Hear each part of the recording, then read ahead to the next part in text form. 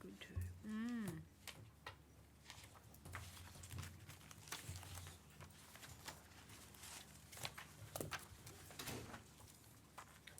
Lots of things happening. People fixing their own technique, like their iPhones and what have you as well now. Well, that's what that Good evening, ladies and gentlemen. Welcome to this meeting of Glamorgan Spring Bay Council. As determined by Glamorgan Spring Bay Council in April 2017, all ordinary and special meetings of council are to be streamed live once the installation of new audio and video equipment is installed, tested and implementation process is undertaken. It is intended that from November 2017, all ordinary and special meetings of council will be streamed live via the internet. A link will be available on Glamorgan Spring Bay Council website to the YouTube platform where the public can view the meeting live. Please be aware the November ordinary meeting of council will be audio and video recorded and made available after the meeting via the link.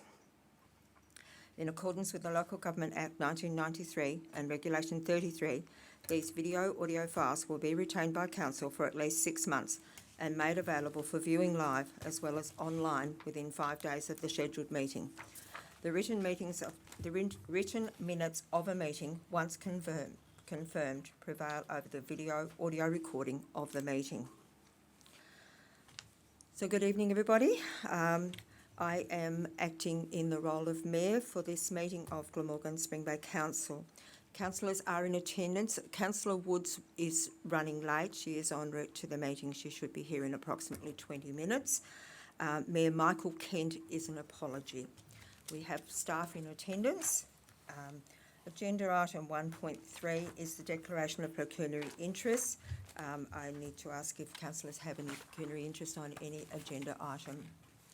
Nothing declared. Thank you.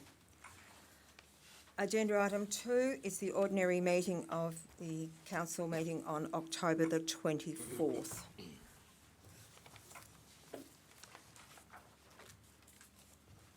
Have a motion? Move Councillor Steiner. Councillor Crawford? No. I've got amendments. There's amendments that need to be made. Seconder. Seconded Councillor Parker. Councillor Wisby, you have amendments? On page 27, it says moved Councillor Denny Wood, seconded Councillor Richard Parker. From memory, I don't think Councillor Parker actually seconded that motion. Right. And secondly, I don't think Councillor Parker voted for that motion. I think he voted against that motion. Councillor Parker can... Yep. And also, at that meeting, Councillor Parker nominated Councillor Crawford for that position. And from memory, I seconded that, and that motion was lost. But it's not listed in the minutes at all.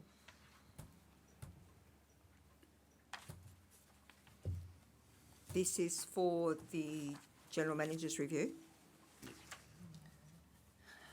This is on page 27. Yep, this was about the subcommittee.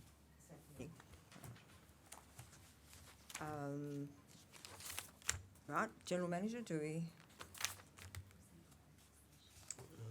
It was in closed Madam session. Mayor, I was not here. I was excused. Oh, you were excused. Yes, of course you were. Sorry. Councillor Wesley, I'm quite confused. I'm not quite sure how we deal with this, to be perfectly honest. Well, I So think this was in closed session. Yeah, but it was agreed that the closed session of council, the following motions we published in the minutes. So that's, I'm reading from page 27, Yes. which is the published Yes. minutes for the public. And it's not a true record of what happened at the meeting, so I assume we agree to amend, don't we? This is the motion. This is the motion in the general minutes that declared the subcommittee in the general minutes, which I believe, Councillor Parker, you did second that motion. This was after we came out of closed session. No, this was during closed session. Pardon? This was during No, closed. it can't possibly have been during closed session, councillor Wisby. So there was sorry. Yes, Ms Turvey, I'm more than happy to take your advice, Ms Turvey. So from having looked at the minutes, one motion within the closed session was that the decisions made within that closed session be published on the ordinary meeting minutes. Yes. So what we're looking at on page 27 are motions that were actually moved during the closed session. In the closed session? Yeah. Right.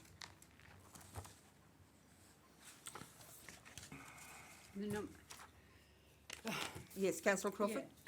Acting Mayor Arnold, they were actually moved because I moved and seconded as motions to put, first of all, myself up, and then that was moved and seconded. The second, for councillor Steiner, and that was voted on, so that really needs to be recorded in that because that was actually, they were motions. They were moved and seconded, the nominations, so. So what you're suggesting, councillor Crawford, is that the motions from the closed session should be in the ordinary minutes, Yeah, I think as that's they said? All of That's them? what we've, that's what we've voted on, is my understanding. Right, all right. Councillor Parker, you're uncomfortable with the fact that you don't believe that you seconded the motion? I can't remember that.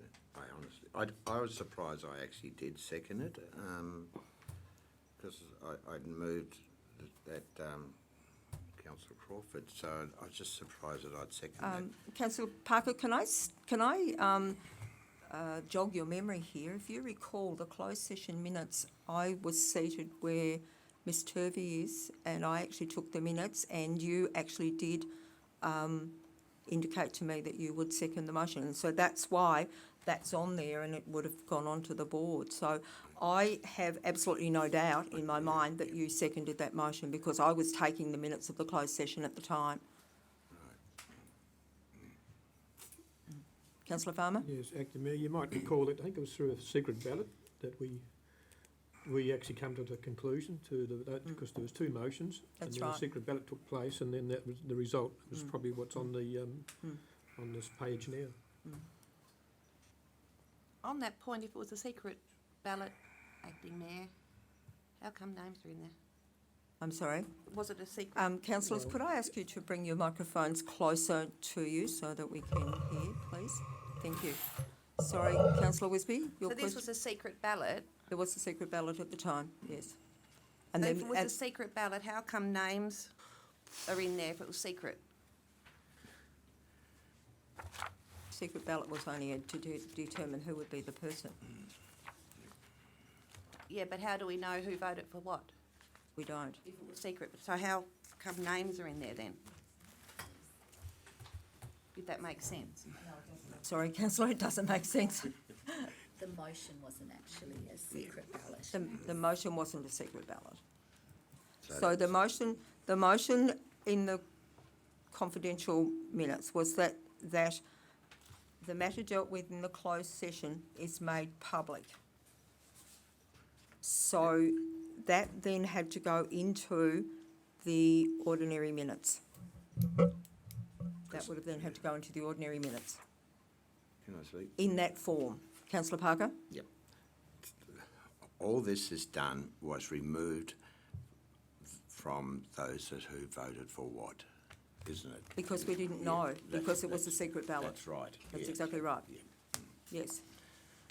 So this is only placing the closed session information into the public record, which was the desire of the council, from my memory. So are you comfortable with it now? Councillor Wisby? Yes, but isn't part of that decision, well, part of that process was a motion was put and lost? No, because that motion was put and lost in the closed session. And the decision was within the closed It's session? only the decision, only the final decision has to be in the ordinary minutes. Councillor Crawford? Acting Mayor Arnold, I'm not actually happy with that. I actually would like to see the process in so that it actually says that this was put, there was, because there was nominated and seconded Councillor Crawford, then it was nominated and seconded Councillor Steiner. There was a secret ballot, and then that is actually when that motion came in. And I actually think that, because it was moved and seconded, of who that person would be. So that's I would like to actually see the process in there. That wasn't the motion. I'm sorry, Ms Turvey? That wasn't the motion, No. The- Acting Mayor. Councillor Crawford, I don't agree with you because I believe that the only motion that needs to go into the ordinary minutes is the one that defines the decision that was made in relation to the subcommittee. Any other information from the confidential meeting remains in the confidential minutes.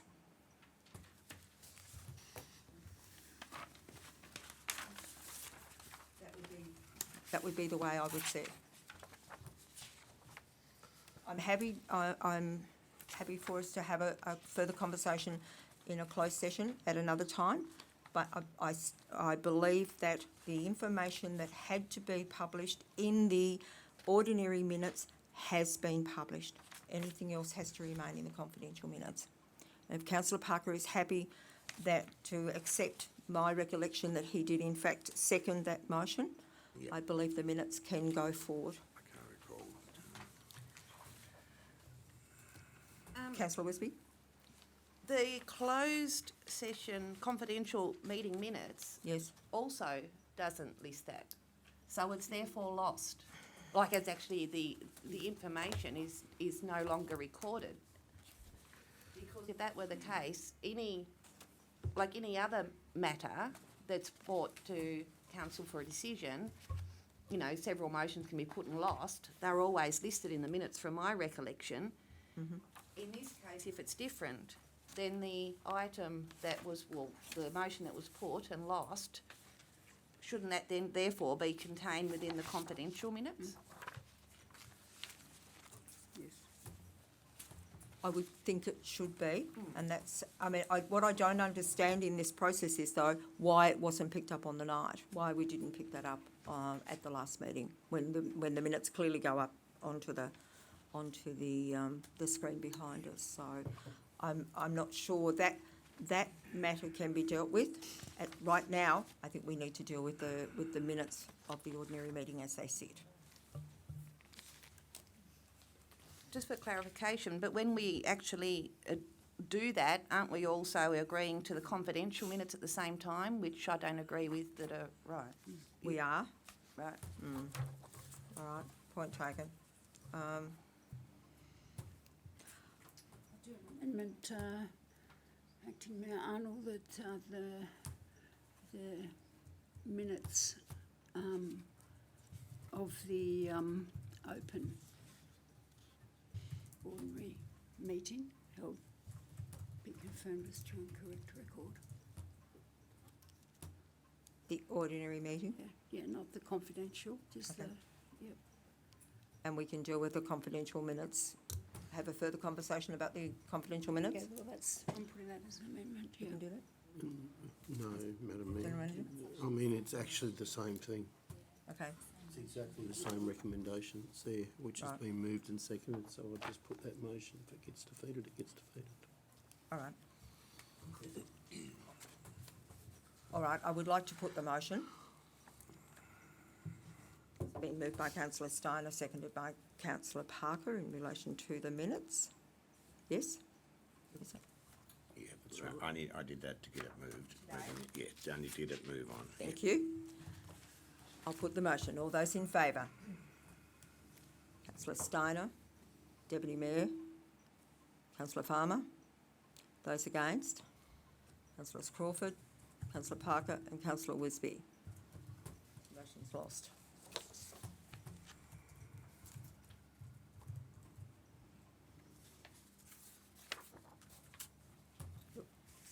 General Manager, I'm looking to you for some advice in relation to how we'll deal with those, so will have to be dealt with In the next meeting. in the next meeting.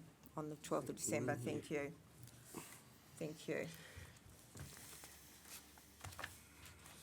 Agenda item 3 is Planning Authority, please. Motion to move into Planning Authority. Councillor Crawford, seconded Councillor Wisby.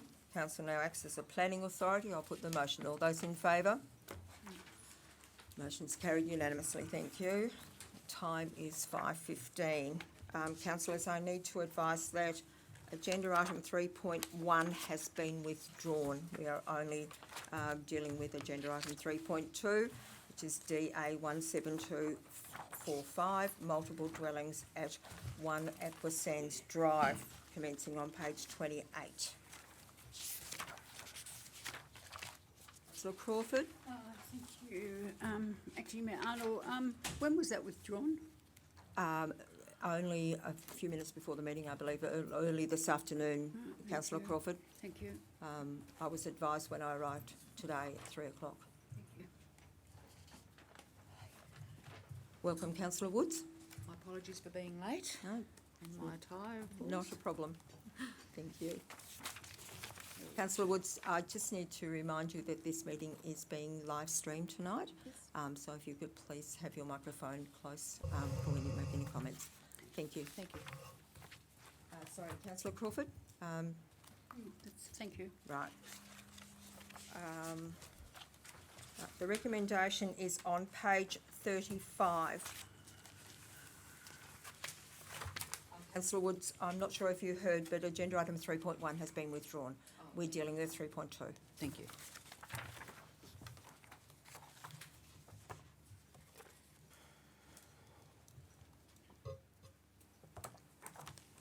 Recommendation is on page 35, councillors? Yes. I'll move, Deputy Mayor Arnold, that pursuant to Section 57 of the Land Use Planning and Approvals Act 1993 and the Glamorgan Spring Bay Interim Planning Scheme 2015, that the application for a multiple dwellings at 1 Aqua Drive Sands, Swansea, DA 2017/245 be approved subject to the following conditions, and they be 1 to 15. Thank you, Councillor Woods. Do I have a seconder? Councillor Steiner? Comments, questions? Councillor Farmer? Yes, thank you, Deputy Mayor. A little bit confused on this one. I'm not against development by no means. However, we did have a similar sort of application in the last meeting, which is also in Swansea. I think I'll be voting against this particular DA, the fact that there's several reasons which have been pointed out by the planner that are actually against the planning provisions, and yet it has been recommended for approval. As you can see, the block of land's only 690 square metres, and they're trying to put these two smaller units on that block. One unit is less than 100 metres square. The area where this building is made me to proceed is quite a large area, which I suppose be called upmarket area, as you might be aware. And there is only one representation, as you may realise, and they're only mainly concerned about, I think it's 3.2 regarding windows and views, and they say that if they slightly change, they're okay with the actual building itself. But with the building envelope's not very much. It's just outside the actual envelope itself. I'm just trying to find the page. But the fence has has not been approved. But there's no provisions in the actual planning for that fence. The planner has actually disapproved the fence. The setback is not to the requirement. it's only a 3 metre setback on old 3 metre setback onto Old Spring Bay Road, as against 4.5. The private open space is not directly accessible from a habitable room. And I've mentioned the fence, so I think there's probably too many provisions outside the guidelines to warrant an approval on this particular DA. And then, as I said before, I'm not against development, but I think it'd be far suitable to have a house on this particular block as against 2 small units crammed on it the way it is, as it shows on the plan. So that's just my overview of the DA, Acting Mayor.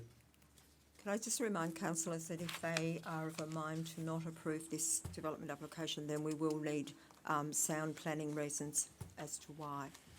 Are there any other questions? Councillor Wisby? Thanks, Acting Mayor. Could you tell me where the, it says the east elevation of Unit 1 is outside the envelope as shown on the proposal plans? Whereabouts here that's shown? Refer to the planning officer for that, councillor Wisby, so Through the Mr Mayor, Wells? on page 44,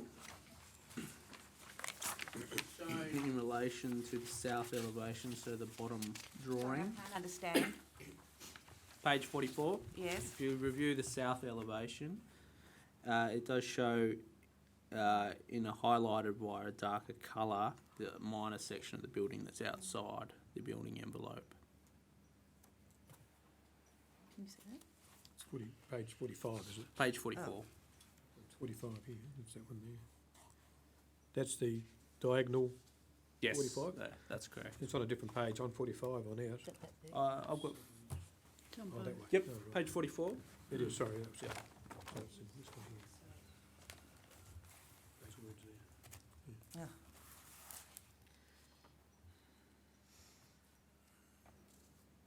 anything further, councillor Wisby? That is very, very, very, I've got glasses on, very hard to see, so maybe we can have a bit clearer. I mean, you know, I've looked through those plans 4 times and couldn't find that word and had to have it pointed out in a meeting, so clearly it's not clear enough. I've always had an issue with building envelopes and people not building or designing properties to the building envelope for what they bought the property. They bought the property with the building envelope, and to build outside of that, I'm never particularly happy with that. And in this case, I actually agree with Councillor Farmer that it appears to be 2 buildings squashed on a small block, and I won't be supporting it today. Any other questions? Councillor Crawford? Thank you, Acting Mayor Arnold. Just wonder on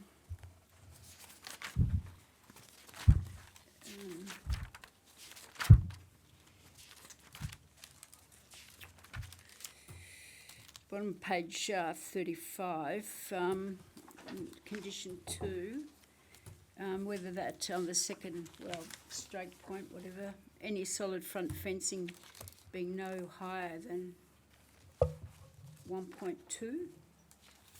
I think you just refer to the planner on that. That's what's actually in the planning scheme, unless it's actually changed, which last time a height had changed on one of the newer copies. So I'm just asking for confirmation on that, whether it should be 1.5 or 1.2. Mr Wells? Through the Acting Mayor, no, the 1.5 there was a deliberate recommendation from me. They'd applied for a 1.8 fence that was solid up to 1.8. The planning scheme, which I, as per the report, I think that's too high and unnecessary. The scheme does allow a 1.5 metre high fence. To fully comply with the acceptable solution, anything between 1.2 and 1.5 should be transparent. I'm not suggesting that's strictly necessary here, but I think the extra 300 mil is too much, and it should be reduced to 1.5, which is still a discretion under the planning scheme.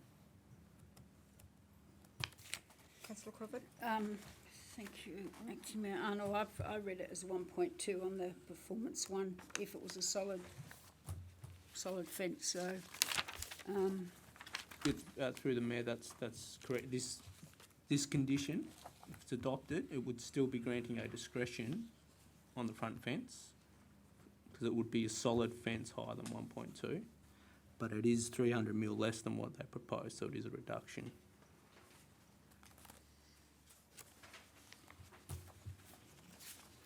I have another question, Yes, through the Councillor. Chair, thank you. Page 39,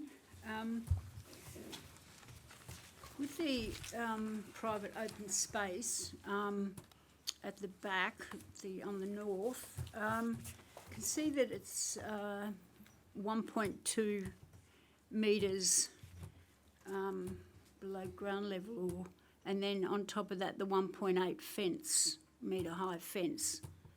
So that's 3 metre basically above ground level. I'm just couldn't figure it out really about what the sun would be doing in winter with that, because one of those the performance criteria too is that private open space is orientated to take advantage of the sunlight. So could you clarify that, please, through the chair to the planner?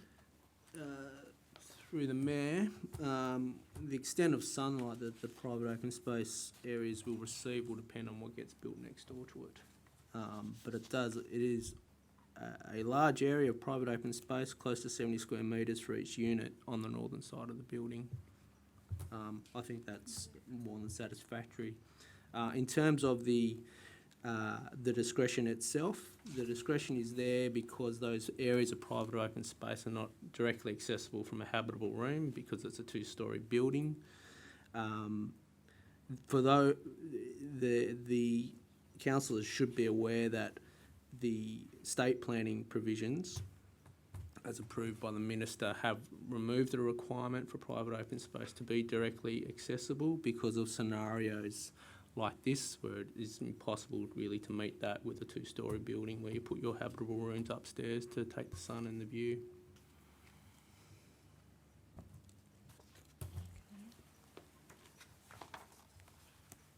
Councillor Crawford, anything further? Just check on that, thank you.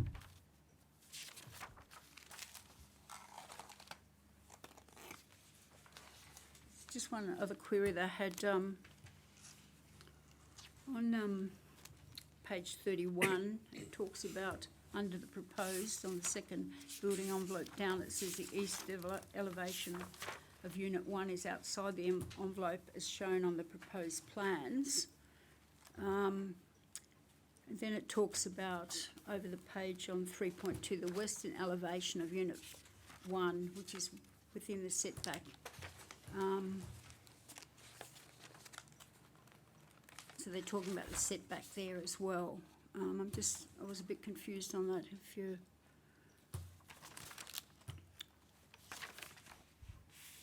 Do you have a question for the planner? yes, I'm actually asking the question on the building envelope on the east elevation, and then they're talking about the setback. Yeah, on the western elevation. Through the mayor, sorry, I don't understand the question.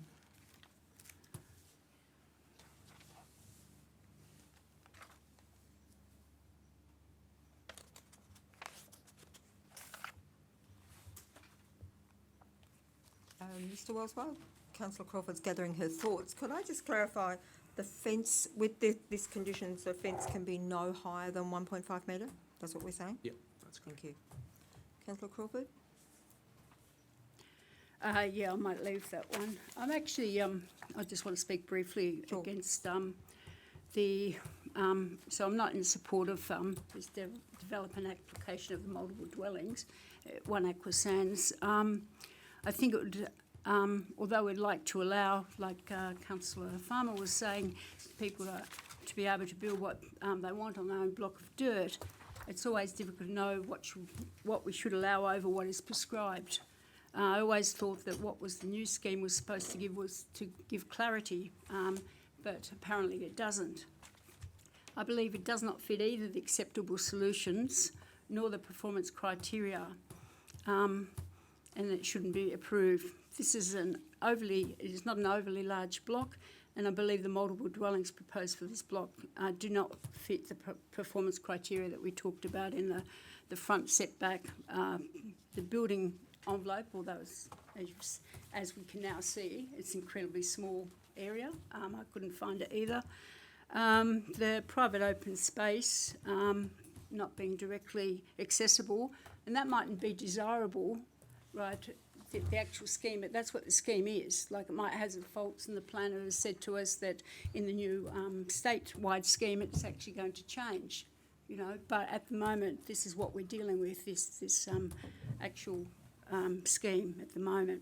And with the fence as well, the front fence, I think with the performance with the 1.2 metre, if it's a solid fence, and the planner has in the conditions a 1.5, and saying it's better than what was asked for, but it still actually talks about 1.5, 1.2 in the actual scheme. So I actually can't support this today. I think it's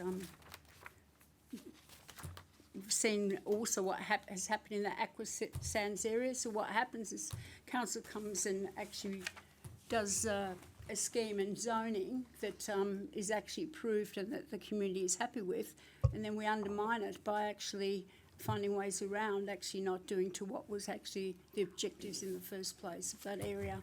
Thank you. Any other questions? Mr. Wells? No? Right, I'll put the motion. All those in favour? Councillor Steiner, Arnold and Parker. Those against? Councillor Woods, Councillor Crawford, Councillor Wisby and Councillor Farmer. The motion is lost. Councillors, I now need the reasons why.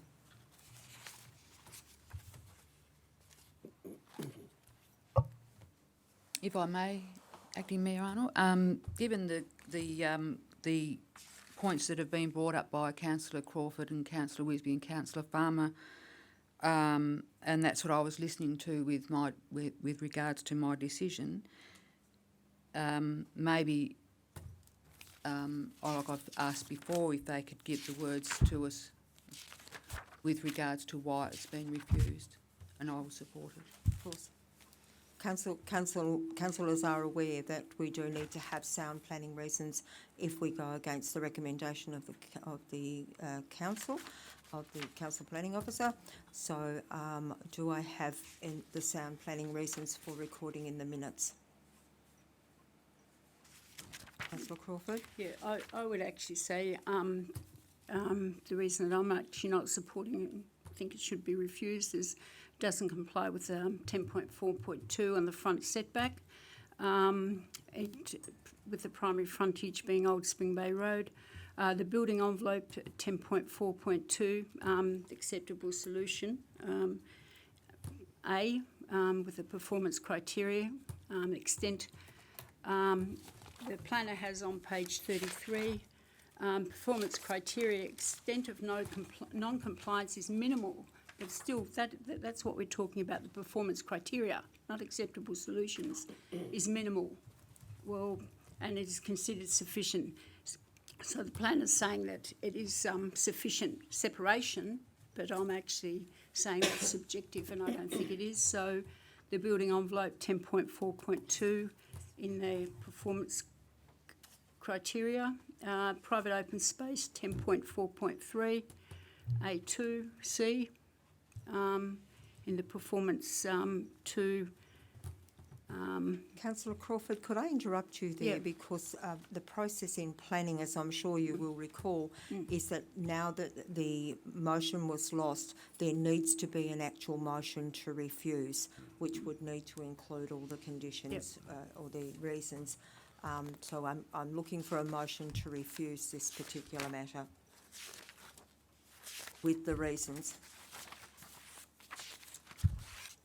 So Acting Mayor Arnold, so we don't that often actually overturn that decision. No. So is that just a standard motion of refusal of to move a motion that this application is refused on the basis of non-compliance to building envelope 10.4.2, which is what. Yep. Precisely, Councillor Wisby, that's exactly right. So the motion will have to be framed along the lines So of those pursuant- lines. Yeah, so pursuant to section 57, I assume I'm not sure if that's the land use planning, so the same as under the recommendation be refused, subject to the following conditions. For the following conditions. Mm. Sorry, yeah. So your reasons are? 10.4, That's a question, Councillor Crawford. Are you actually moving this? happy to? You are? Okay. So if I could have your motion, please.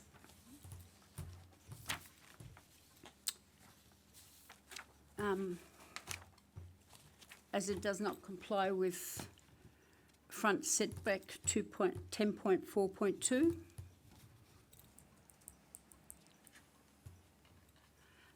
The building envelope 10.4.2. They're the same, sorry, I think I might have them wrong. Private open space 10.4.3. Frontage, frontage fence 10.4.7.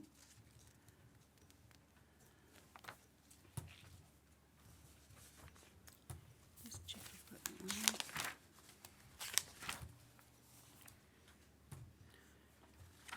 And setback.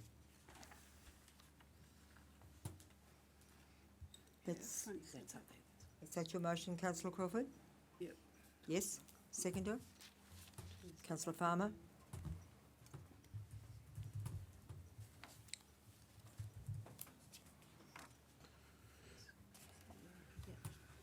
Right.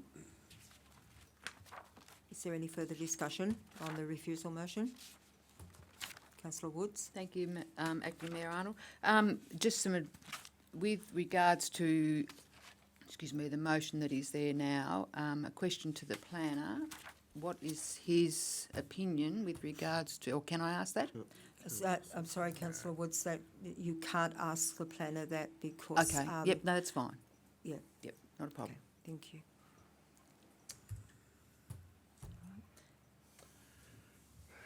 Councillor Parker, would you like the reasons why Councillor Woods can't ask that question? Because we can't answer on behalf of how the tribunal is going to react to this. Thank you. Councillor Woods? Thank you, Madam Acting Mayor Arnold. A question through you to the General Manager, if he could give a costing on what this could possibly cost council if it was refused or taken to the tribunal.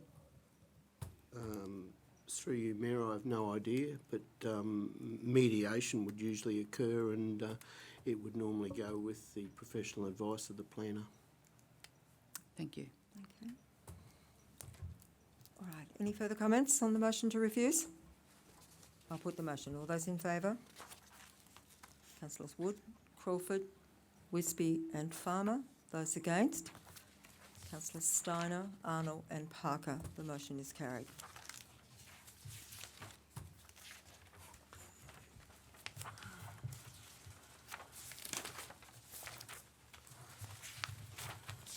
Under Regulation 25 of the Local Government Meeting Procedures, the chairperson hereby declares that council is no longer acting as a planning authority under the provisions of the Land Use Planning and Approvals Act 1993 for Section 3 of the agenda. I have a motion to move out. I'll move. Move Councillor Woods, seconded. Councillor Wisby. Put the motion. All those in favour? Aye. Those against? Carried unanimously. Thank you. Agenda item 4 is public question time. We have 4 people who would like to address council. First one is Diane Anderson. I just wondered if there are any results from the feasibility study on the tip shop for Swansea and the protection from the sun for the operator of the tip. It's more than I can answer. I'm sorry, Mr Anderson. I'll have to defer to the General Manager on that. Through you, Mayor, I'll refer that to the Works Manager who's Works been Manager. dealing with the consultant. Mr Pollard? Thank you, through the chair. The feasibility study is being prepared now. It's sort of explained a little bit in my report, the status of that and where he's at with it. In relation to the sun, it's a tough one because all council workers work in the sun, and we, all council supplies adequate personal protective equipment. He has got a shade warning there, and they're issued hats, sunscreen, so really we can't really do much more. That's just the way it is in relation to outdoor work. Thank you. And just one other question. The footpath between Turvey's Lane and Maria Street in Swansea, there's a very old tree there and the roots have come right up and several people have fallen over and hurt themselves recently. I wondered if it might be able to be looked at Sure. sometime, Mr please. Pollard, can you answer that? Through the chair, that has been listed for inspection tomorrow morning. Oh, good. Tomorrow morning? Thank you. Thank you very much. Mr Wayne Murray? Acting Mayor, I guess I'd like to ask an information question. Where a planning application has been agreed subject to certain restrictions or conditions, what is involved in the council deciding to vary those conditions in any way? That is, if a developer is asked to provide some structure, for example, the council later decides that this is not necessary, does that go to a full meeting of planning or what happens? Mr Wells, would you care to answer Mr Murray's question? Through the acting mayor, it would really depend on the specifics. We do have provisions to do what's called a minor amendment to a permit. If that's required, it goes through a formal process, not necessarily to a council meeting though. That's decided under delegation. If other changes may need a whole new DA or may not require any change at all to a permit. It depends on a case by case basis though. Thank you. Thank you, Acting Mayor. I'm thinking particularly, it was a general question, but I'm thinking particularly of an instance reported in the press this week regarding the Solace development and the upgrading of the road there. And what I understand is the council deciding that they will foot the bill for this rather than the Solace developers. But it is a general question as to what sort of alterations are acceptable and how they would be processed. Solace is part of our planning scheme. It is it has a Specific area plan. specific area plan. So there is specific plans within the planning scheme for Solace. So any amendment to that would have to go through the planning scheme is my best guess, but that's all it is. I don't know whether Mr Wells or the General Manager would like to answer. Through you, Mayor, the actual, the 500,000 that we've allocated to Louisville Road is our actual responsibility. The developers of Solace will spend $2 million on that road with landscaping and roundabouts and everything else, and that's solely our responsibility. There are a lot of ratepayers in Benaki Drive that rely on that road and also the East Coaster Resort, so it's not a matter of what's reported in the Mercury is not right. We sent them the information that wasn't printed, unfortunately. Could I just ask for clarification? That your view is this isn't varying the planning? Absolutely not. Okay, thank you. I think also, Mr Murray, it needs to be remembered that I believe that road is defined as a deficient junction, so there needs to be some work done there for safety reasons as well. So. All right, Mr Sullivan, please. I've got a few things. I sent an email to David and Bertrand and Debbie regarding the pedestrian amenity to the Esplanade of Coles Bay on May 20th, and I haven't had a reply to that. I'm seeking their views as to whether it could be turned into a shared zone instead of mixed messages, the various signs there at the moment. Also, the status of the buildings on the dunes behind Muir's Beach. What is permitted in that zone? Because there's been some buildings put there and I thought there wasn't. council also put in a submission to the Freycinet Master Plan by O'Reilly and Associates, and what is your view about the transit centre that's been talked about with regard to that? Have the local provision schedules been released yet for public comment? And lastly, what does the council feel about Bicheno and Coles Bay leaving Glamorgan and going to Break a Day? Right. Not quite sure where we start, Mr Sullivan. The first question was in relation to an email that you sent I sent in. an email on May 20th to 3, and I got one back from Bertrand that said nothing, and I haven't had a reply to the others, and I was wanting to know about the possibility of turning that esplanade into a shared zone rather than a 40-kilometre-hour limit at the moment, with a whole lot of provisions in the signs underneath it. It's an area that's used a great deal by families walking around there, and cars slow down, and I think it'd be the cheapest and most sensible alternative. I just wanted to know what the views of the council. We may need to take that on notice, General Manager. Mayor, as far as I knew, it was a shared zone, and those signs are up there as far as I know. Mr Pollard might, Mr Pollard, are you aware of shed zone in that area? It's a 40-kilometre-hour with a whole lot of cautions underneath it. Yeah. And if it was a shared zone at 20 or 30, which is what cars do, it'd give more status to the pedestrians. But it'd also obviate the need for building a new big walkway around the esplanade. Mr That's Pollard, my email, by the way, I had sent. thank you. Mr Pollard, could I ask you to perhaps liaise with Mr Sullivan in relation to that matter, or you might do some research into it for him so we can get an answer to his email? Through the Chair, yes, I can do that. Thank you. But that comes back to the old Freycinet Association, because it was going to be a shared zone, Sure. actually line marked and turned to one way, because there wasn't the room on the road pavement to actually get two-way traffic. And then Freycinet Association decided not to go ahead with it because of some of the public consultation issues with it. In relation to the shared zone 20, Department of State Growth wouldn't allow that because they would like to keep consistent speed limits through a township. That's why at the beginning of the town it's 40 right through the national park. Okay, all right. Mr. Mr Sullivan, I'm sorry, my memory is not that good to remember your other questions. I gave you so many.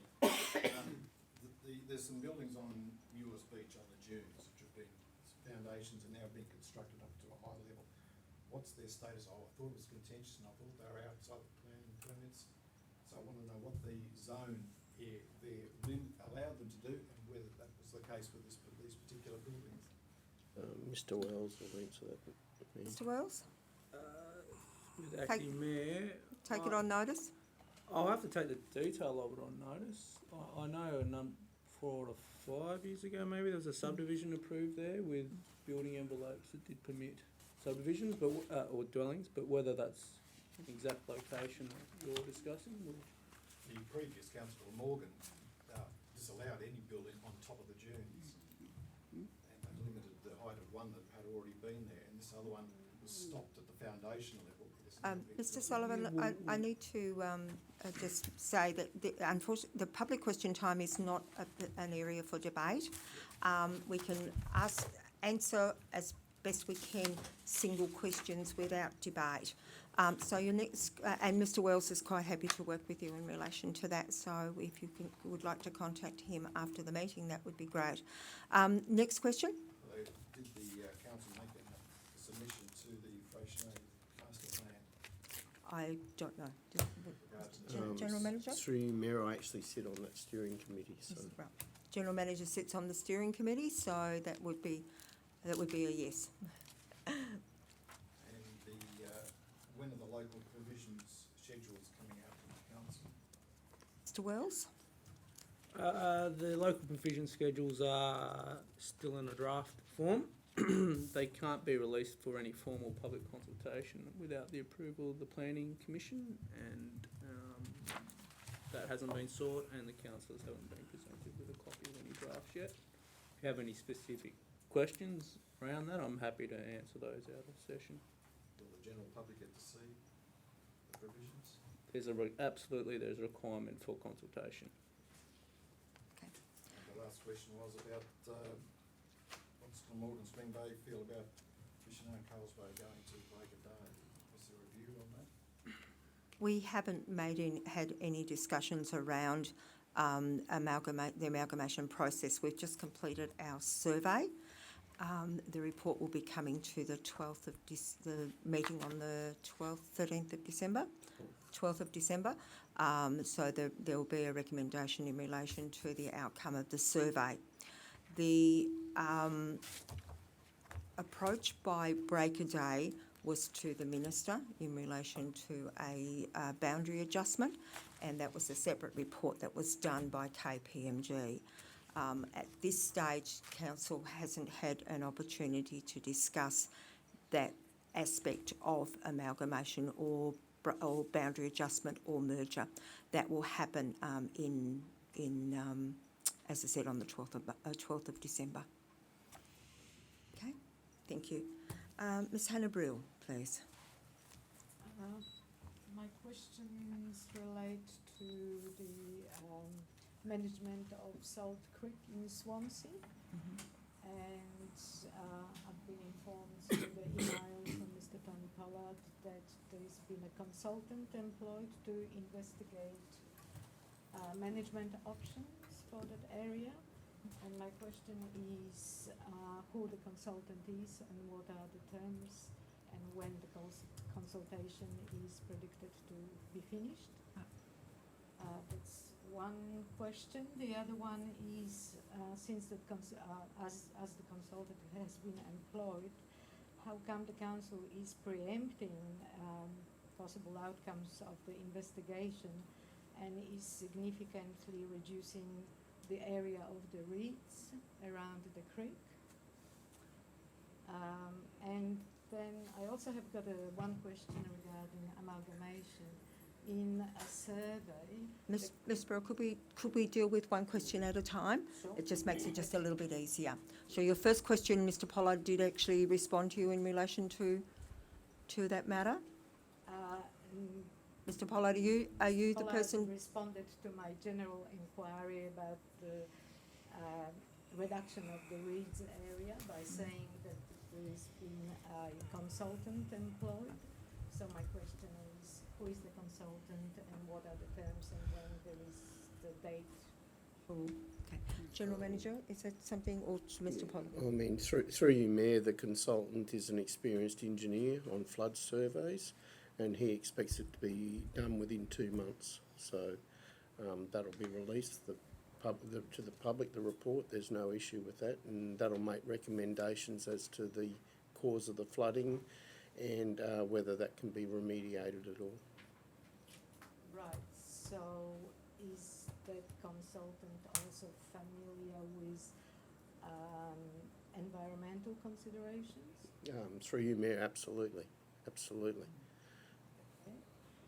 So in 2 months we can expect a Yep. report from the consultant. So how come there has been... Ms Brill, I need to remind you that this is not a debate. We can only ask specific questions. I'm sorry. So my question is there still going to be continuing reduction of the reeds around the Salt Creek before there is a report? Through you, Mayor, I'm unaware of any reeds being reduced, unless the Manager of Works can... Right. Mr Pollard? Yes, just through the chair, the only reed reduction work that's being done is adjacent the bitumen pavement, probably for 2 or 3 metres, purely just so there's room to get off the road and things like that, safety. There's been a reduction on the side of the creek along the park, far away from the, it's a distance park. Ms Brill, again, can I remind you, please, I can only take questions, not debate.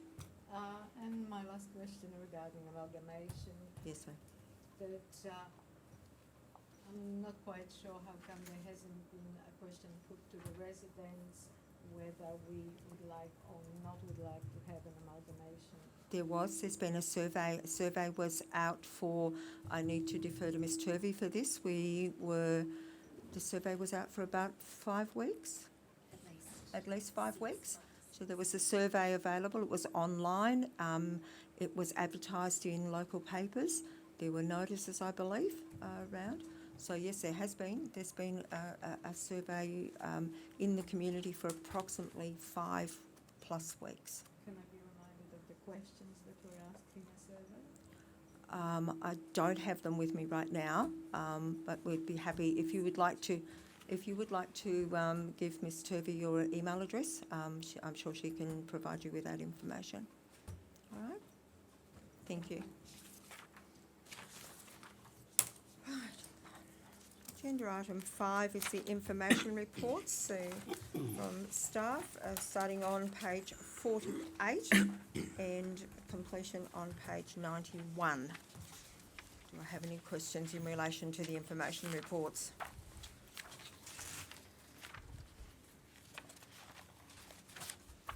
Councillor Wisby?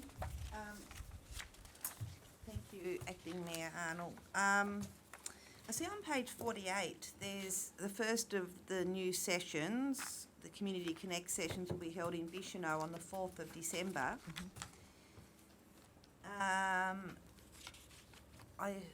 This is the first I've heard of this date, and it's not very far away, so my concern is actually getting out to the people in that amount of time. Also, Councillor Farmer, Councillor Crawford and myself, but not as a councillor, have a meeting on that day, council marine infrastructure meeting. So, you know, we need to choose between one or the other, which is an ideal, and that date was only set maybe a week or so ago, like the 4th of December, with that meeting was actually moved, you know, to that date. So there's 2 points there. One, that we have to make a choice where to go now. And 2, the short notice and whether or not it's the best short notice date. Do you want to answer that first? The reason it's the 4th of December was because there is, we were invited to go to the men's shed on the 4th of December, and we believed that that was a perfect opportunity to actually have a number of people from the community in the one place to talk, to connect with council, if you like. The opportunity arose to the men's shed were quite comfortable in actually advertising the Community Connect for us in their community to try and get as many people there as possible. The reason it was the 4th of December is quite simply because that was the day that the invitation came for the Mayor and I and the General Manager to attend the men's shed. And I query whether or not, is a weekend a better time for the community to actually get together for the Community Connect sessions? You know, many people work through the week, so I just wonder. It may well be, Councillor Wisby, you may well be right. We wanted to start the process of Community Connect again because quite obviously the community has a lot of questions at the moment in relation to amalgamation and various other things. As the report says, this is the first one. We will need to make some decisions in relation to future ones in other towns. It may be that decision is made that we will hold them on the weekends. This is simply to start the process and to give the people of Bicheno the opportunity. And I do take your point that there are other meetings on, but I'm sure you'll take my point that this is a particularly busy time of the year. My next question's on page 59, and it's medical services. I'm just a bit confused here. It says other income, and it's down on budget. It says below budget this time, doctor, illness and holidays. But employee benefits is also down on year to date. So I thought, or maybe it comes through on materials and services, but that's still below budget also, in a positive sense, but So with the doctor's illness, was there other doctors that filled in, Locum. locum doctors, and were those locum doctors costed into that month or applied to that month? It's not something I can answer, councillor Wisby. I'll defer to the General Manager. Yeah, thank you, Mayor. Just, we have replaced them with locums where we can. There may be a few outstanding bills on that, I'm not sure, but just because there's a locum there or nobody there, the staff still have to work to answer the phones and make future bookings. So,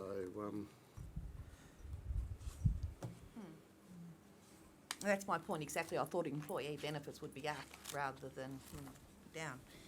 And on page 67, there says infringements. We had month-to-date 1 and we've got year-to-date 58. Is that a typo? Because we only had 3 year-to-date infringements in the previous months, and then we've jumped up to 58. Have we booked 55 dogs in a, well... General Manager? Madam Mayor, I've got no idea. I'd have to check it out. We'll have to check that, councillor Wisby. Sorry, I'll just... That might be it, but just let me flick here. I think... Yes, that's it. Thank you. Any other questions on the information reports, councillor Crawford? Thank you, Acting Mayor Arnold. Just in relation to what Councillor Wisby was saying, it is actually written on the top of page 66, actually in a figure, so I assume it's correct, but it just, yeah, is, yeah, Okay. surprising. Okay, on page 54, with the comments where you see future, council's discussed in workshops in the past and with the audit panel chair that council should prioritise capital and new works and projects. So I'm actually asking if that can actually come back to council, because I can see that the ones that have done, it's already been done for council with the future ones there. So if we could actually determine that as a council in the budget, as was suggested last year by the chair of the audit panel, and again this year, I would appreciate that. If we could look at that maybe in a workshop. The other thing I was would like to, for council maybe to discuss in a workshop is, we've talked about not putting in the figures on the capital renewals and the capital renews for certain reasons, but if those projects or the progress is completed, just for transparency reasons, I'd like to discuss that once those have been completed, that there's actually no reason to actually keep them off public files. So I'd like to discuss that at a workshop too, please.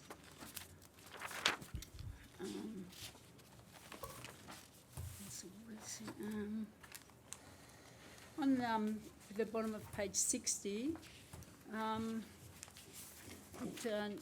number 5, the explanation for that says wages due but not paid as yet. Actually wondering if we can have that clarified, please. General Manager? I believe that's a thing that's been agreed to with somebody to pay out, and it hasn't been paid yet, and I won't go into detail. No, I don't want, just as before. Thank you. Anything further, councillor Crawford? Yes, I have a couple more, Acting Mayor Arnold. On the bottom of page 64 with the capital works update, you see that Mr Pollard has put the capital works update on the Wailancta Road construction progressing well. Just wondering if we can actually have maybe a costing on those. I know there was a certain budget on that, but I also saw that with the bridges, I think there'd been a report that the bridges, there were some bridges on Wailancta Road too that had been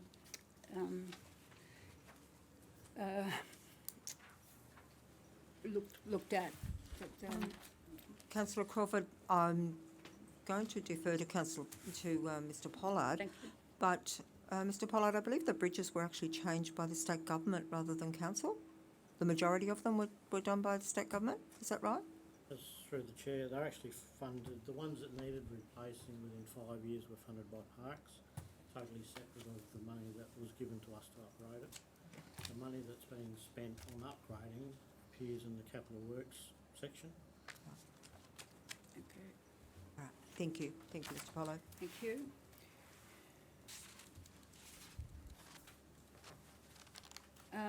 On page 65, with the works budget, number 5 says well below budget at this stage. I was just wondering why that, what's that due to what? Why is it actually below budget? Is there hold-ups or, whatever? Mr Pollard or Mr General Manager? Mr Pollard can answer it if you like. Just through the chair, it's because we're doing capital works on Wailanka Road. We've been there for 3 months and we'll be there for another 3 months under the capital budget.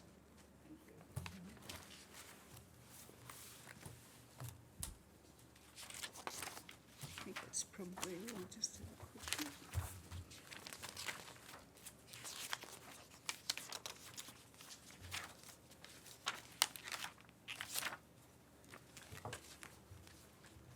Anything else, Councillor Crawford? Yes, I have just a couple more, thank you. On page 81, with the Tribunal Wharf toilet block, I see that it's been ordered.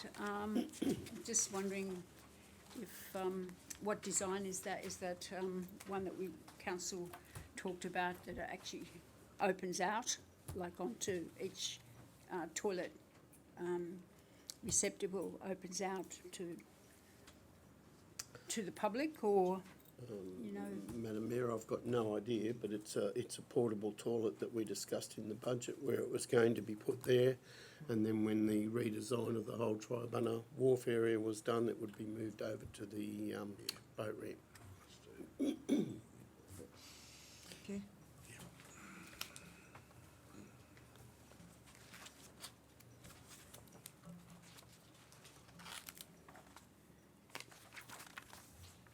thank you. Nothing further, Councillor Crawford? No, thank you. Acting Mayor. Information, Councillor Steiner? Thank you, Acting Mayor. I've got a question on page 83 on the Tribunal Wharf and Marina, the last dot point, which says a parking plan is being developed to maximise the available areas for parking. Will council be able to see that plan before it's sort of set in concrete, before it's final? Through you, Mayor, I'm happy to distribute it, but it's not a normal thing we would do. Through you, Acting Mayor Arnold, I guess my concern is that the main emphasis down on at the marina at the moment is that there's a lot of parking, space for cars, but very little in terms of the movement of people and their comfort when moving in that area. So I'd just like to see some balance there. Through you, Mayor, the engineer's certainly taken that into account and he will give professional advice on that. He knows the mixture of the people and cars and trucks and semi-trailers, and that's got to be put into it. Thank you. General Manager will take on board your request. Yep. Councillor Steiner. Any other questions? Councillor Woods? Thank you, Acting Mayor Arnold. On page, well, we've alluded to it a couple of times through the conversation, 64. First of all, last week when we had the cabinet here, where you and I attended, before we started the meeting, I went out to Wailanka and had a drive on it, and I would like to congratulate Tony and the outdoor staff with regards to the fantastic job that they're doing out there so far. It is so much better than what it was. It wouldn't be much to do that. And but Tony if I may, through you, could you please pass on my congratulations to your outdoor staff on a great job you're doing out there. And the next question is will this then become part of the Great Eastern Drive in the state that, or in the upgraded state that it will become? General Manager? Through you, Mayor, I doubt it. Thank you. And the final stages of the upgrade is 14 kilometres from memory, is it? On the southern side, is that the Surrell boundary? It's the Surrell side of it, isn't it? So, through you, Acting Mayor, to Works Manager, do you have any idea of, what Surrell are going to do with the tail end? Mr Pollard? Through the chair, originally that section in Sorrel was in the main discussion initially, but it was pulled out, and Parks were dealing directly with Sorrel, and I'm not sure of the outcome. Thank you. All right. Anything further, Councillor Woods? Thank you. Yes, I do. With regards to the geofabric bags out at the Possa River, is it correct that they've been tampered with? I don't know the answer to that, Councillor Woods. General Manager? Through you, Mayor, I'm certainly not aware of any tampering. The only reason I ask, and I haven't had time to contact council with regards to the question, but at the weekend it was suggested that there's been a knife taken to them or some sharp implement has been taken to the Mr. Pollard? bags. Mr Pollard, you're not aware of anything, Mr Pollard? No. And if I may, Mayor, the Marine and Safety Tasmania are the project managers for that job. So, but that, I would imagine I would have heard about it by now if that happened. Yes, I'm sure. So, thank you for that, General Manager. And through you again to the General Manager, if I may, Acting Mayor Arnold,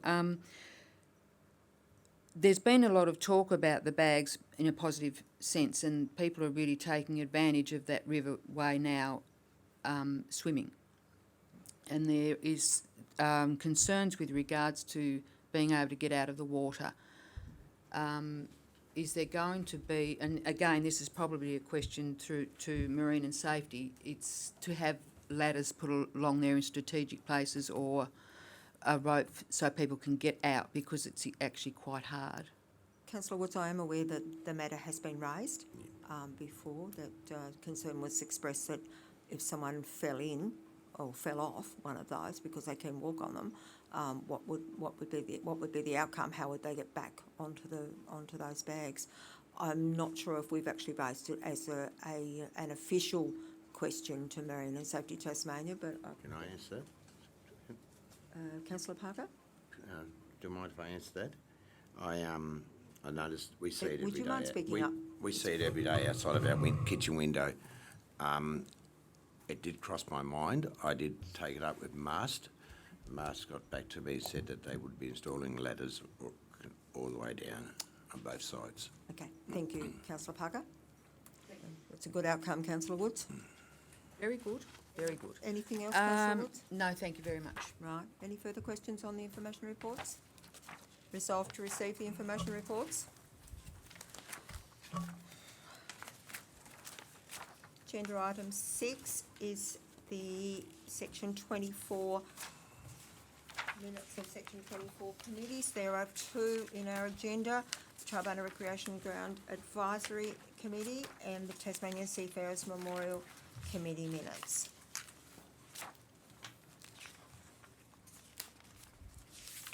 Councillor Wisby. Acting Mayor Arnold, I'm just wondering, was there a quorum present at the Section 24 Advisory Committee meeting for the Tribunal Recreation Ground? There's 4 people present, apologies of 3 people and absent of 1. If they are all the members, that's 4 out of 8, which is insufficient for a quorum. That's more than I can tell you, but on reading, you would reasonably think that there wasn't a quorum. Perhaps it's something we would need to deal with the Section 24 committee. Councillor Wisby. or we can raise it with them. Okay. Any other questions?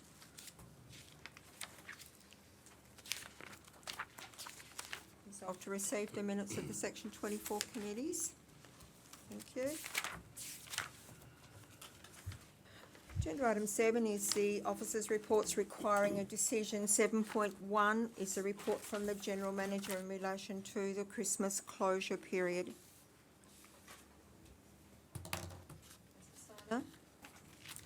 I move that council approves the proposed Christmas closure period as detailed above. Seconded, Councillor Farmer. Yes. Discussion, Councillor Crawford. Yeah, I think we need to actually include the dates. The It needs to dates, yes. stand by itself. Yes, I agree, Councillor Crawford. I think the closure period, it should state the dot point. Councillor Steiner, would you be happy to include that in your motion? Yes, certainly. Thank you. Councillor Farmer, are you happy to have that? Yes, Deputy Mayor. Thank you. Is there no further discussion? Councillor Woods? Thank you, Acting Mayor Arnold. Through you to the General Manager with regards to the closure and the Bendigo Bank that's here. I was aware last year that there was some concerns from business owners not being able to access the Bendigo Bank here, and being a busy time of the year, not having the time to actually to be able to go to Swansea or Sorrel. Is there a possibility, or is there any discussions with Bendigo Bank to actually open the agency for a couple of days per week while we closed, while the building's closed? Through you, Mayor, that certainly wasn't any part of the agreement we had with the Bendigo Bank, and I hadn't heard of any grumbles from last year about it, but I can certainly ask the Bendigo Bank if they'd staff it or pay for it, but for a couple of days. But we're only an agency, we're not a bank. Oh, I fully appreciate that, yeah. So, But if you could ask the question through you, Deputy Acting Mayor Arnold, to the General Manager, if you could ask the question, that would be appreciated. Thank you. Thank you. Anything further? Councillor Wisby? Acting Mayor Arnold, I won't support this. I think whatever it is, 17 days to shut down a council's too long. And I think a skeleton crew should be employed to assist people. I haven't yet agreed with this because it's just too long for the council to be closed, and we're here to provide a service, and clearly we can't if we're not here, so. General Manager, would you like to comment?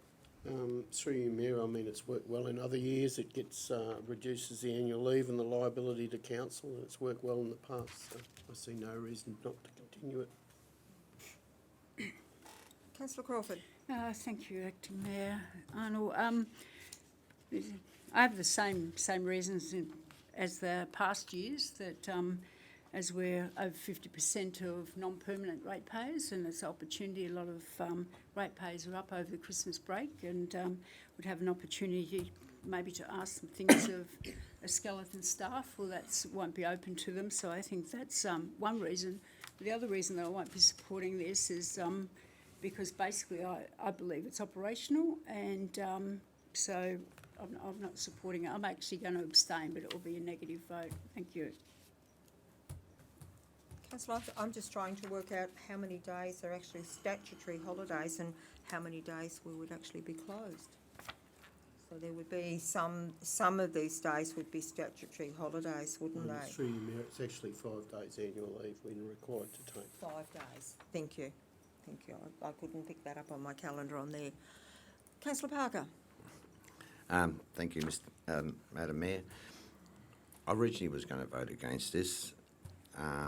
After discussing it with my better half, my concerns that I had, she's explained to me that it was good business case for people to use up their annual leave. It saves council money from bringing other resources in. So for that reason, I'll be supporting it. Thank you. Anything further? Mr Pollard? That's through the chair. Council should be aware that the depots are fully operational. All the emergency or essential services are all catered for. Toilets, rubbish collection, anything else. And people are on phones on call. So that if there are any issues, they just ring the normal council number, gets diverted, and we deal with them like any other time. Thank you, Mr Pollard. No further comment? I'll put the motion. All those in favour?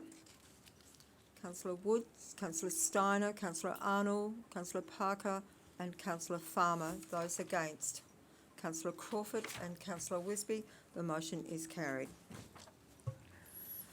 Agenda item 7.2 is the Spring Bay Destination Action Plan. The recommendation is for Council to endorse that action plan.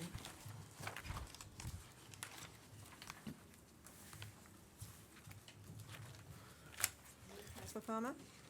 Recommendation, Madam Mayor, that the council formally endorses the Spring Bay Destination Plan 2016 to 2019 as presented on the agenda here, and there is copies available too. Councillor Farmer, do I have a seconder? Councillor Steiner? Questions or comments on the Spring Bay Destination Action Plan? Councillor Farmer? I'd just like to congratulate Ms Turvey on her presentation of this DAP, as it's called. It's been discussed quite at some length with the East Coast Tourism or Regional Tourism Organisation, and the plan has been updated, and there's been a fair bit of work gone into it by Ms Turvey and Ms Doughty and others. So I do congratulate them on their presentation of the plan. Thank you, Mayor. Thank you, Councillor Farmer. Councillor Wisby, you had a question? Yeah, people have asked me about this, and I've said I've got no idea who these people of this group is, got no idea. It's not a group of council, because never heard of it. So, in reading this, I understand the purpose of it now, but can you tell me a bit of the history on how these people were chosen that are on the group? I can't, Councillor Wisby. I'm not aware of how this process evolved. I am happy for Ms Turvey to provide some information within the meeting, if you would wish that. Well, not really, but I was just wondering if you, as a councillor or as a deputy mayor or as the acting mayor, would be able to actually answer that for me, and that's part of my reason of why I think this actually needs to be workshopped. It's been presented to us. I think you need to be aware, though, that it's actually owned by East Coast Tourism and the Department of State Growth. It's not owned by council. Yeah, that's fine, but what we're doing here is endorsing something we haven't discussed. So we could receive something which is more appropriate, but what we're actually being asked for here is to endorse something that we can't answer the most basic questions on. You know what I mean? So that's my problem here. To receive is different than to endorse, when we've had no discussion on it. Right, any other comments? Councillor Crawford? I would like to put an amendment that I was actually going to do before Councillor Wisby spoke, that council receives the Spring Bay Destination Action Plan 2016 to 2019 as presented, and congratulates the working group on their effort and commitment to the document.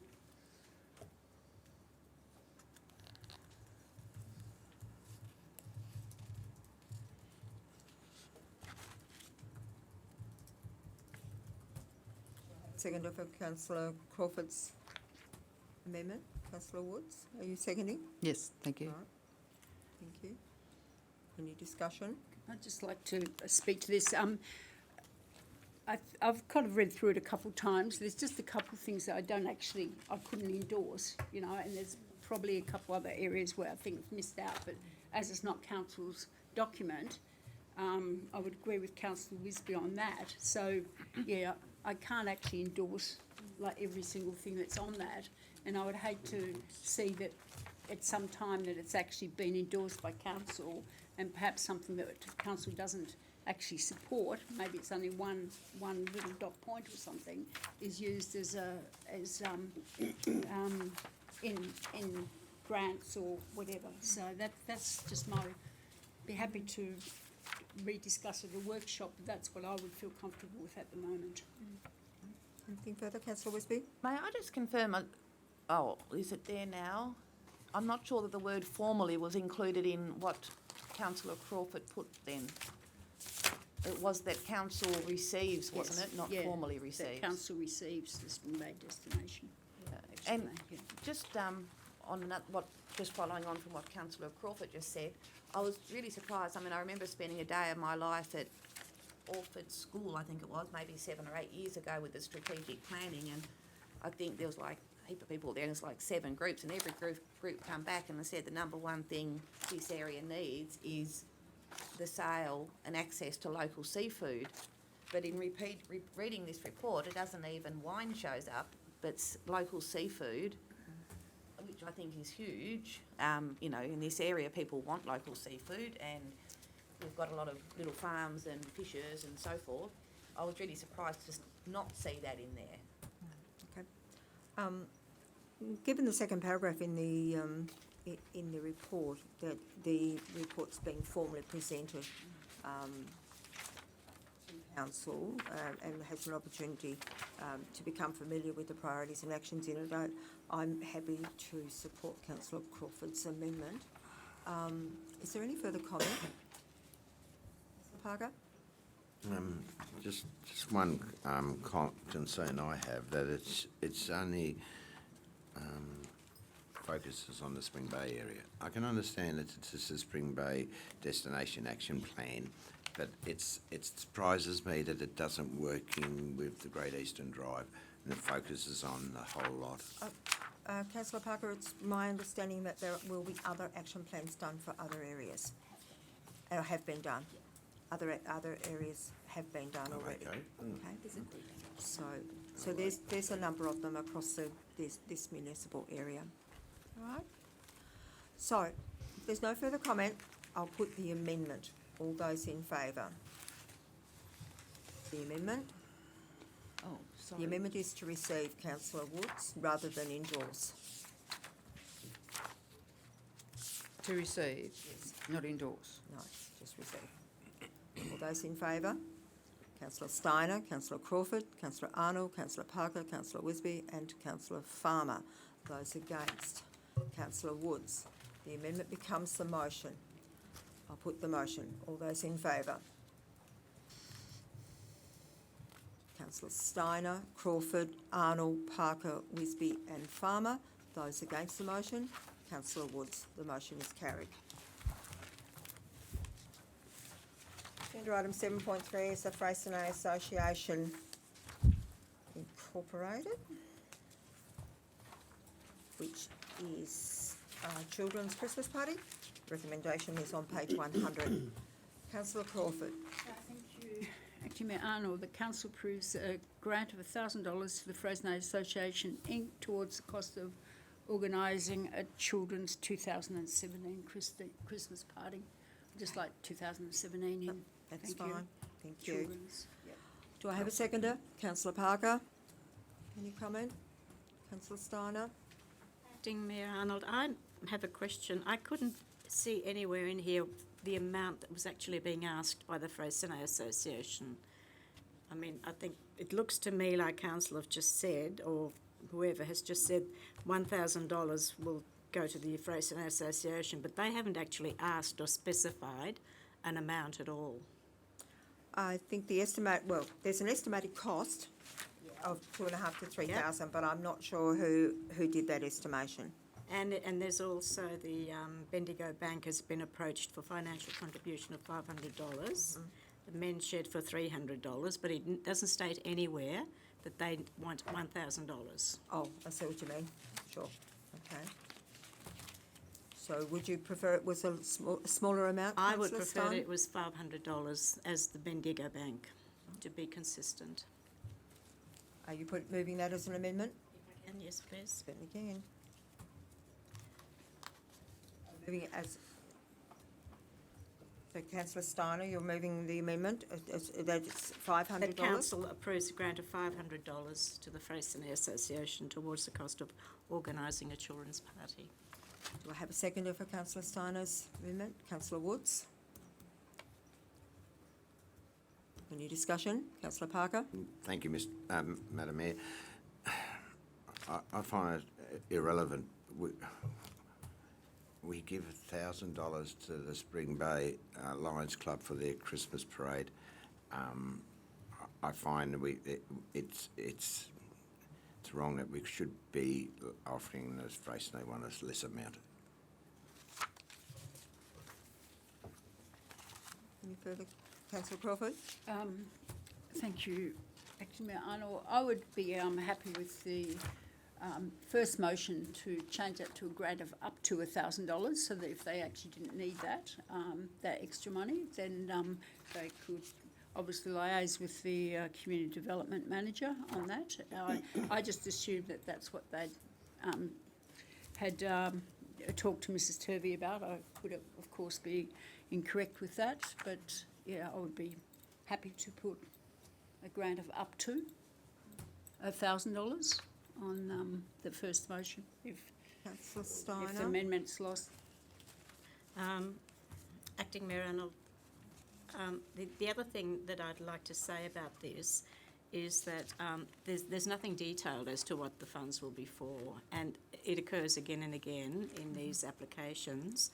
But it would be helpful, especially if you get something like this application that says this is what we want to spend it on, and this is the amount it would cost. I think it just makes our job easier, rather than personalising it and saying, you know, well, I'd give $1,000 and let's not quibble about it. That's not the point at all. The point is that we maintain some consistency across this grant distribution. Through you, Mayor, with Councillor Crawford's amendment, we would have to pay after the event and not before, because we wouldn't know how much it costs.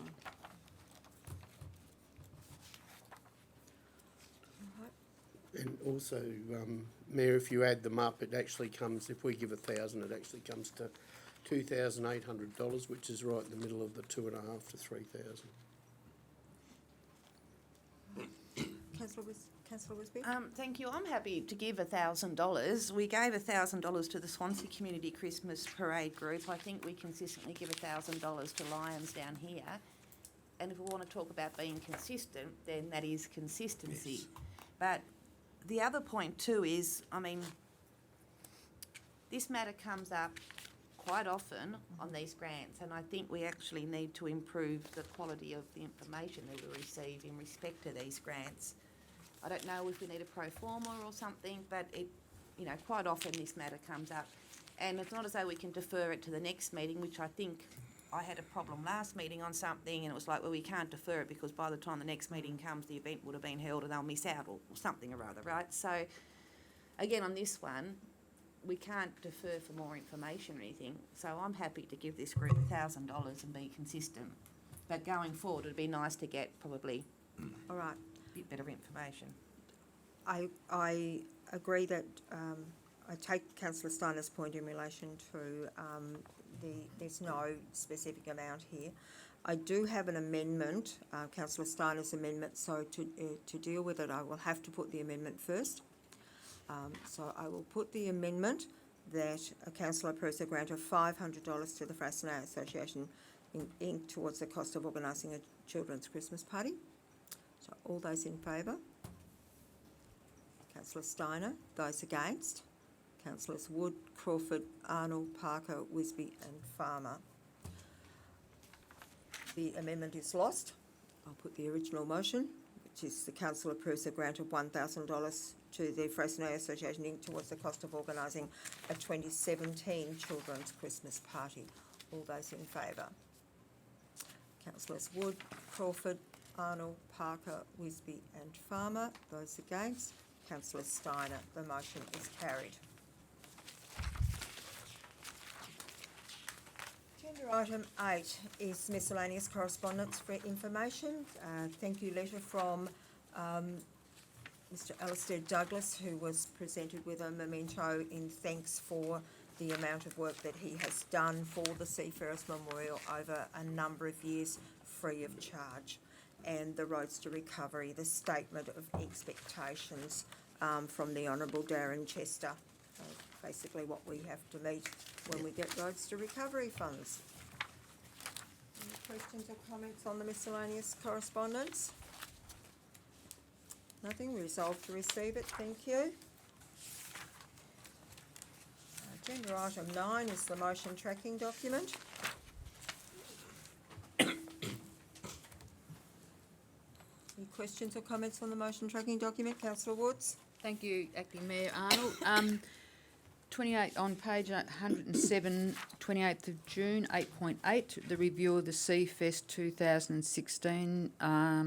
Is there any more update on this? General Manager?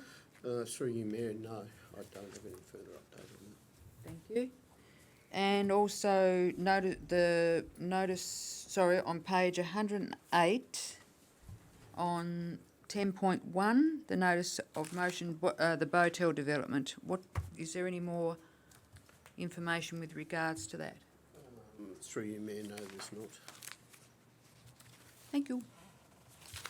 Any further questions on the motion tracking document? No?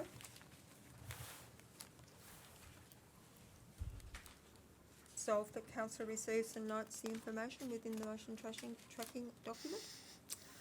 Agenda item 10 is questions without notice. Questions without notice, councillors? Anybody? Yep. Councillor Woods? Sorry, Mayor, can you excuse me for a moment, please? I just need to nick out for a moment. Certainly. If I may, I realise that I possibly should be sending Mr. Pollard an email, but whilst he's here, I might ask him. At the Our Park, it's been brought to my attention by a young mum that the rope ladder that goes up to the big slide is no longer there, or a ladder to the big slide, if that could be looked at, possibly. There's a playing frame thingy, and there's no way to get actually up onto the platform to come down onto the big slide. Yes, through the chair, that was actually removed because a lot of wire coming out of the rope, and another one's on order, and hopefully it'll be here before Christmas. Thank you. Thank you. Any other questions without notice? Councillor Crawford? Thank you, Acting Mayor Arnold. Just a question, probably through the chair, probably to Mr. Pollard. Noticed that Kelvedon Beach, that cars are now parking or whatever just off the road on the actual dune path. I'm just wondering, does anyone know what's happening there? Do you know what's happening there? It's an informal parking area before, so I don't know if it's been flattened, but you can see from the flattened area that people are now parking just, like at the beach, basically. Mr. Pollard, would you like to do some investigation into that? Yes, certainly. Thank you. I think it's parks anyway. Through you, Mayor, it's actually on private property. They've just pulled the fence down and let people into there, so Okay. there's nothing that could be done as far as I'm concerned. Okay. We will look at it. All right. Any other questions without notice? Councillor Parker? Thank you, Madam Mayor. I have one question. Boyle Street in the Tribunna Causeway behind the old council chambers, 50-kilometre speed sign's been put up there. I hope it's not because of speeding in the area, because if that's the case, we need to have one within every street of Tribunna. I find it's a bit odd. We are within the town boundary, and it's other speed signs we see around school zones. Everyone knows it's a 50 kilometres zone, so my question is, why was a 50 kilometres speed sign put up? Works Manager? Just through the chair, we lost a sign at the Vickery Street Tasman Highway end, and so that the first 50 sign coming into town was actually the end of the school zone. So State Growth liaised with them, and they looked up the maps for approval, and they had one put there. We also put one right down the other end at the end of Boyle Street on Freestone Point Road. and what they suggested, because we had a couple of letters come in for people that lived in Boyle Street, was to actually put a set of repeater signs halfway, and the most logical place was just over the bridge on the Stroh of Boyle Street. Councillor Parker, I think it's probably important to remember that quite a lot of this is actually dictated by a state government department in the form of Department of State Growth. So it's not speeding signs and certain or speed limit signs and certain other things are quite often dictated from that department rather than a council decision. Okay, I accept Just, that. the works manager has to work closely with state growth in relation to that, because there's very specific requirements under state growth to actually have speed signs, speed humps, all those types of things installed in towns. So it's fair, Mr. Pollard. Will that be? That's fairly accurate, isn't it? Thank you. Councillor Farmer, you had a question. No, I'll let it go, thanks you. Let it go. Thank you. Thank you. All right. Councillor Crawford? Thank you. It's not actually a question. I just wanted to alert councillors to the meeting with the Bishno community with the Break a Day Mayor and General Manager, and that last week, I think, or the week before. I just alert you that if you go onto the Break a Day website, you'll find a 6-page summary on that report about the Break a Day and Bishno, Coles Bay section, so you might be interested. If you want the full report, it's about 80 pages, and if you contact Break of Day, they're quite happy to send you a copy of that as well. Thank you. Thank you, Councillor Crawford. Nothing further? Questions without notice? Agenda item 11 is confidential items, so we will now declare the meeting closed to the public. Thank you very much for your attendance while we deal with the Australia Day Citizens Award. Thank you.